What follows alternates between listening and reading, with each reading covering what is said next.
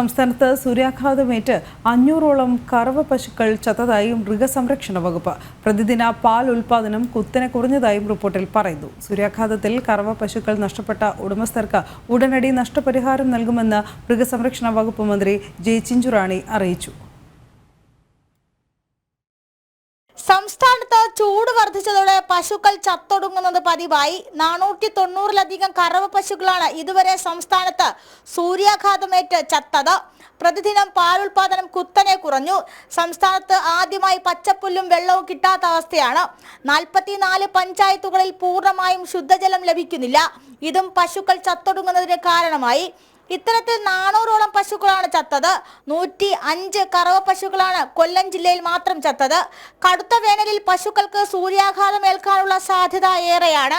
പകൽ 11-നും ഉച്ചയ്ക്ക് 3-നും ഇടയിലുള്ള സമയത്ത് തുറസായ സ്ഥലങ്ങളിൽ പശുക്കളെ മേയാൻ വിടാതിരിക്കാനും പാടത്ത് കെട്ടിയിടാതിരിക്കാനും കർഷകർക്ക് പ്രത്യേകം നിർദ്ദേശം നൽകി.